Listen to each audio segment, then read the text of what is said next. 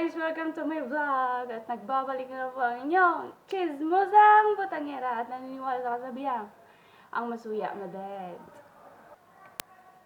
At ngayon meron pa akong ipakilala sa inyo ang aking kababayan. So now please welcome! Ayan. Tapos, Come here baby. Ayan na. Hi! Pakilala ka. sige. Ako, si... Nickname lang ha? Joanne Aguilar. Okay. Nickname pero full name? Okay. Sige. Tapos, ang sa Ano, question.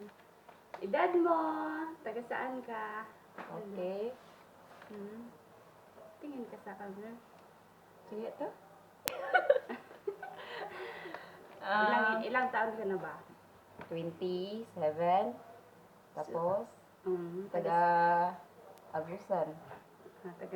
Taga-Agusan. Oo, tapos, So, ngayon nandito ka na sa Kuwait, ilang years, ilang months, ilang ano ka na ba? 5 months. Okay. Sa 5 months mo dito sa Kuwait, ano ang ipinagmamalaki mo na yung naabot mo or ano ba? Siyempre, masaya, nakatulong sa pamilya. Ayan. Char. So, ayan. Dahil nakatulong ka na, so ano ang yung mga embarrassing moment mo dito sa 5 buwan mo dito sa Kuwait, sa mga amo, sa mga kasama, depende.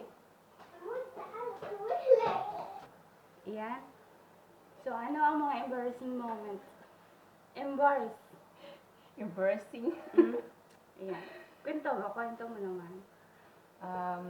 Pwede Bisaya. Parehas man ta. Siyempre, buisit lang. Ha? Di maiwasan, yang amo mo yaw-yaw. Tapos? Hindi mo iwasan ang kamingaw na asyod. Oo, kana. Isa pa dyan. Ang kamingaw sa pamilya, labi na og ninyo. O, di maiwasan ang kamingaw sa anak, isa na dyan na. Din isa pa, sugo sa amo diri, sugo sa amo dito.